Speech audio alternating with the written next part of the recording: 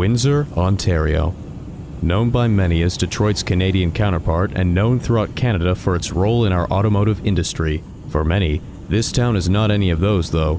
This city is home. For the past 2 decades, Windsor has been the home of boys like Sarush Naruzi.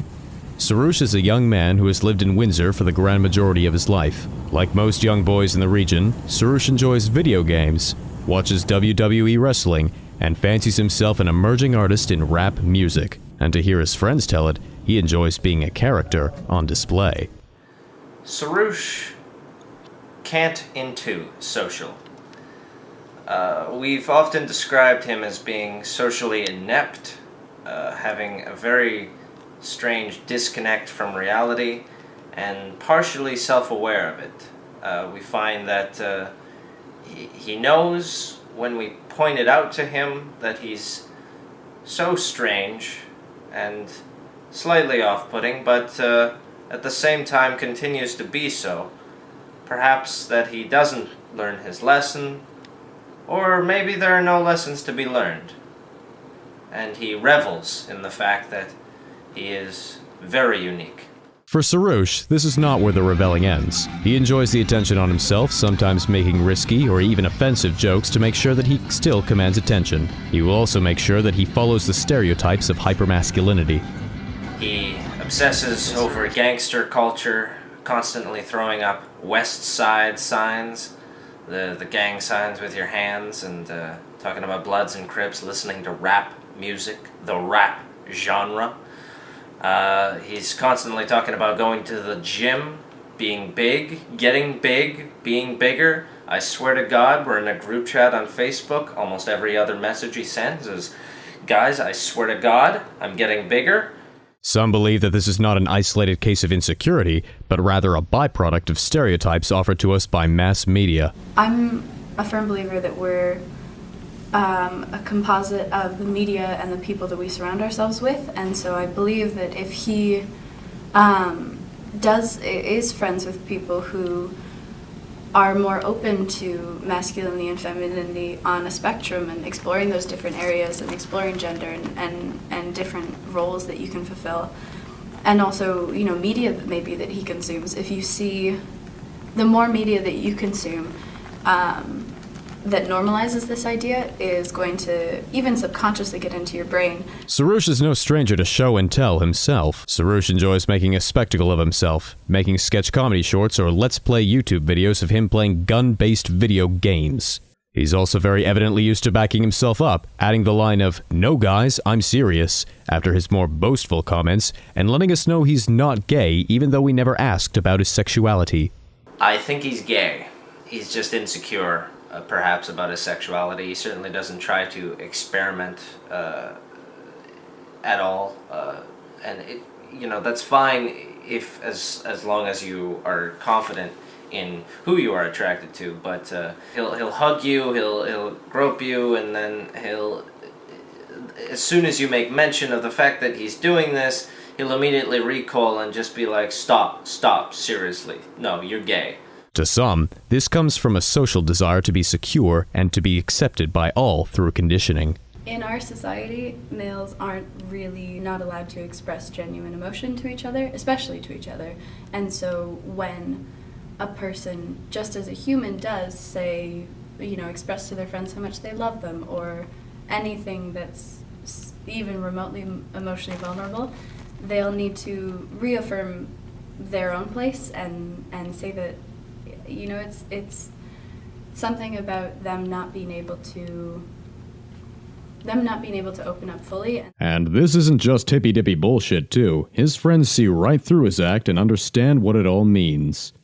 Yes, he definitely has no idea how to be masculine, so he just goes for the stereotypes of it. Anyway, here's some footage we filmed of him. Sarush would have you believe, for your vision of him perhaps as well as his own, that he is a party animal that has a James Bond-like connection to the female sex, or that he's as irresistible as Quaker oatmeal for a nutritious, delicious breakfast. But that's not the vision his friends seem to share.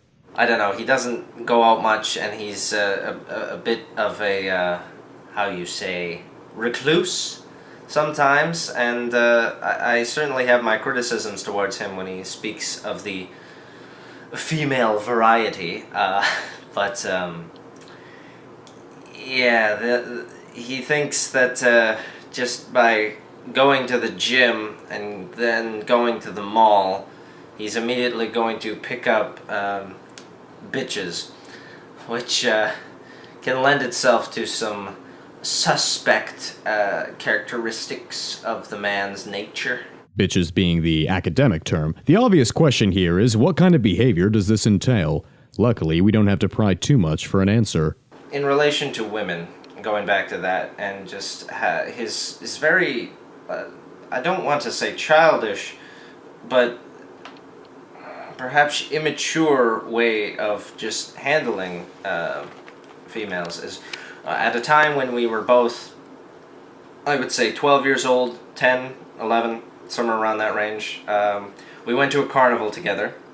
His mother took us. It was a lovely ordeal. We went through the rides, and I saw a friend there from, it was elementary school at the time, and I said hello to her. Her name I shall leave out of this, but we were talking for a bit, and I said, it was good to see you. My friend and I are going to grab lunch. We'll catch you later, maybe. And then she said, okay. And then she went on her way.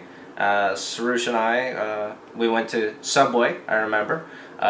His mother is strict on keeping clean, so at the time she told us, go in the washroom, wash your hands. So we go in the washroom. We're washing our hands, and Sarush, during the entire exchange with the girl, basically didn't say anything. It was basically just me doing the talking. But now, a 12-year-old here who doesn't quite understand the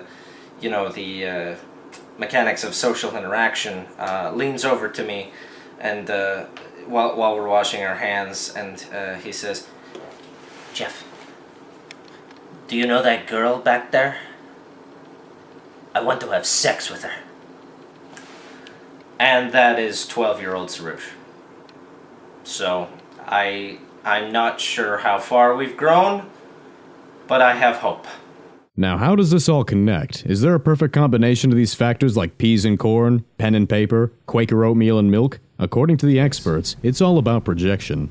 I think when he chooses to participate, or at least mimic participation in something like wrestling that's hypermasculine, or rapping that has, something akin to respect from other males, it's about projecting an image of himself that he feels safe in. It's not really about, maybe it is, but it seems like both activities are really based in a sense of safety in his identity and not about his true interests.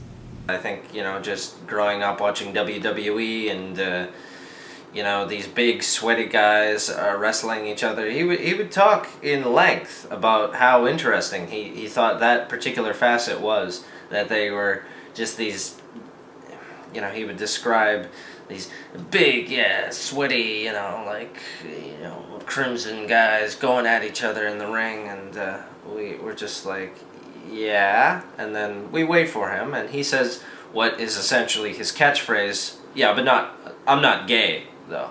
Oh, of course he's not. This would also explain his violent nature, which baffles even the experts. Suresh does have a history of, there was one instance where he just met someone and he was very hyperactive that day, and he just sort of kicked them in the balls, with the same breath as one would do with, say, shaking one's hand to meet them.